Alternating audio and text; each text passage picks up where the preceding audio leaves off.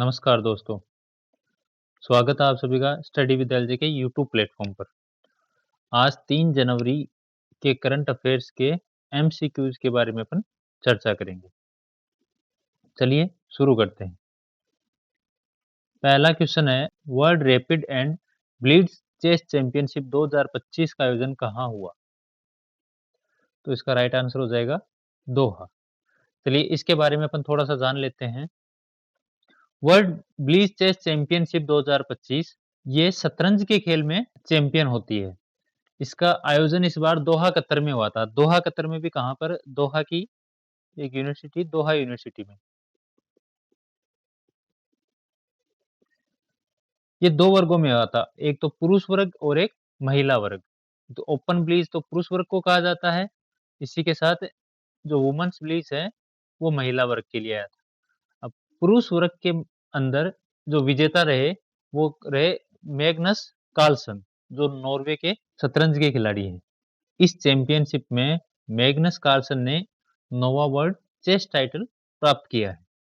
इसी के साथ-साथ दूसरे नंबर पर नोडिरबेक अब्दुस्तरोव, जो उज़्बेकिस्तान के शतरंज मास्टर हैं, वो रहे।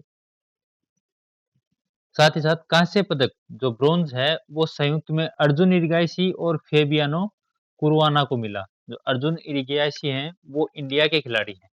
और महिला वर्ग की अगर अपन बात करें, तो महिला वर्ग में विजेता बीबी सारा रही, जिनको third woman blitz chess title का खिताब प्राप्त हुआ है। साथ ही साथ इनको कैंडिडेट्स टूर्नामेंट 2026 के लिए भी क्वालीफाई कर लिया गया है।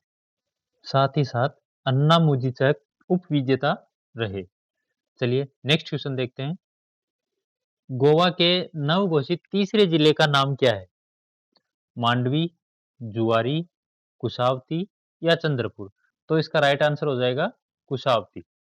देखिए, गोवा अपना तीसरा जिला कुशावती बनाएगा, जिसका नाम दक्षिण गोवा से होकर बहने वाली प्राचीन कुशावती नदी के नाम पर रखा गया है। नए कुशावती जिले में सांगुएम, धारमदोरा, केपेम और कानाकोना तालुके शामिल होंगे तथा मुख्यालय कोप्पेम में स्थापित किया जाएगा। कुशावती नदी कुशावती नदी के किनारे लेटेराइट पत्थरों पर उकेरे गए उस गालीमल शैली चित्र पाई गई, जो हजारों वर्ष पुराने मानव निवास के प्रमाण प्रस्तुत करते हैं। देखिए, ये जो चित्र शैली होती है, इसमें क्या होता है कि बड़े-बड़े पत्थरों पर आकृतियाँ कुरेद दी जाती है। मतलब कि पत्थरों को उसी तरीके से काट दिया जाता है। इस चित्र शैली में ये जो शैल चित्र है, इसमें पत्थरों के ऊपर जानवर और बड़े-बड़े मानवों के चित्रों के प्रमाण मिलते हैं। चलिए नेक्स्ट देखते हैं। नेक्स्ट है, जनवरी 2026 में भारत में देश भर में वॉइस ओवर वाई-फाई सेवा शुरू करने वाली सार्वजनिक क्षेत्र की दूरसंचार कंपनी कौन-सी है? महानगर टेलीफोन निगम Limited, Bharat Sanchar Nigam Limited, Bharat Broadband Network Limited या रेलटेल? तो इसका राइट आंसर हो जाएगा बीएसएनएल, भारत संचार निगम लिमिटेड। देखिए, वाई-फाई है, वाई-फाई की फुल फॉर्म क्या होती है? Wireless Fidelity. नेक्स्ट देखिए, नेक्स्ट है, सावित्रीबाई फुले जयंती हर वर्ष किस तिथि को मनाई जाती है?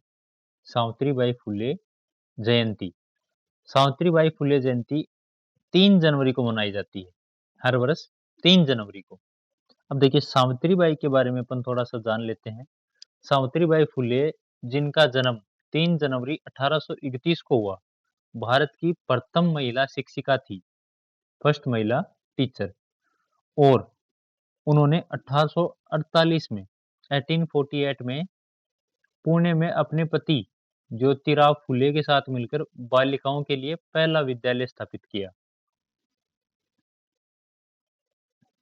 नेक्स्ट देखिए, नेक्स्ट है, हाल ही में भारत ने औषधि अनुसंधान को बढ़ावा देने के लिए कौन सा ओपन सोर्स टूल विकसित किया? बायोसिम, ड्रग मैप, पाथजेनिन या मेडटेक? तो इसमें हो जाएगा पाथजेन। देखिए,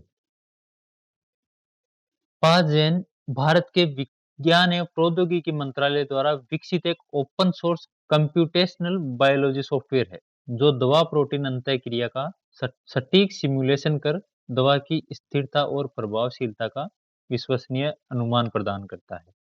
अब देखिए, ओपन सोर्स का क्या मतलब होता है? ओपन सोर्स का मतलब होता है कि इसको कोई भी उपयोग में ले सकता है, ठीक है? इसको उपयोग में लेने के लिए कोई भी पाबंदी नहीं है। अगर सीधे शब्दों में अपन समझे तो इसको हम अगर यूज़ करें तो कोई कॉपीराइट वाला, जैसे यूट्यूब पर कॉपीराइट का इश्यू रहता है, वैसा कोई भी इश्यू नहीं रह सकता। इसको विश्व में कहीं पर कोई भी इंसान काम में ले सकता है। कोई अगर चेंजेज़ की आवश्यकता है तो इसमें चेंजेज़ कर सकता है, ठीक है? यही क्या होता है? ओपन सोर्स होता है। नेक्स्ट देखिए, नेक्स्ट है मार्केट एक्सेस सपोर्ट। एमएएस योजना की कुल राशि कितनी है? 3000 करोड़, 4531 करोड़, 5260 करोड़ या 25060 करोड़? तो इसका राइट आंसर हो जाएगा बी, 4531 करोड़ रुपए। देखिए, एमएएस योजना क्या है? भारत सरकार ने फाइनेंशियल ईयर 2026 से 2031 के लिए 4531 करोड़ की मार्केट एक्सेस सपोर्ट योजना शुरू की है। इसका उद्देश्य एमएसएमई और नए निर्यातकों को वैश्विक बाजार तक पहुंच दिलाना है। एमएसएमई मतलब मीडियम, स्मॉल एंड मध्यम वर्ग के जो व्यवसाय होते हैं, उनको वैश्विक बाजार मतलब विश्व के बाजार तक पहुंच दिलाना है। ये देखो, ये जो योजना है, इसको प्रमुखतः कृषि, हथकरघा, चमड़ा और खिलौने के जो व्यापार हैं, जो एक छोटे क्षेत्र में होते हैं या जो छोटे लेवल पर होते हैं, उनके लिए विशेष रखा गया है। नेक्स्ट देखिए, नीति आयोग की रिपोर्ट में किस विश्वविद्यालय को उचित शिक्षा के वैश्वीकरण का आदर्श मॉडल बताया गया है? आईआईटी गांधीनगर, गुजरात विश्वविद्यालय, गुजरात जैव प्रौद्योगिकी विश्वविद्यालय या जामिया मिलिया इस्लामिया? तो देखिए, इसका राइट आंसर हो जाएगा गुजरात जैव प्रौद्योगिकी विश्वविद्यालय, जीबीयू। देखिए, यह विश्वविद्यालय 2020 में स्थापित किया गया। यह राष्ट्रीय शिक्षा नीति एनईपी 2020 के अनुरूप भारत को वैश्विक शिक्षा केंद्र बनाने के लक्ष्य को आगे बढ़ाता है। यह जीआईएफटी सिटी गुजरात में स्थित है। देखिए, इसका मुख्य फोकस क्या है कि विदेशी विश्वविद्यालयों के साथ सहयोग, विश्व स्तरीय अनुसंधान और नवाचार, जो नए इनोवेशन होते हैं, उनको आगे बढ़ाना है। नेक्स्ट देखिए, नेक्स्ट है ओरेकल ऑफ ओमाहा के नाम से कौन प्रसिद्ध है?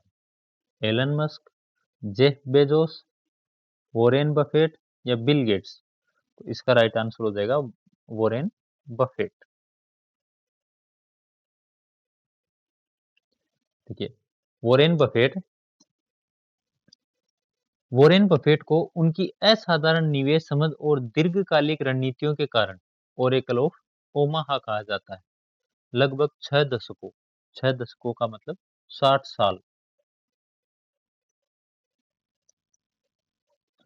तक नेतृत्व देने के बाद उन्होंने बर्कशायर हैथवे, अमेरिका की एक कंपनी है,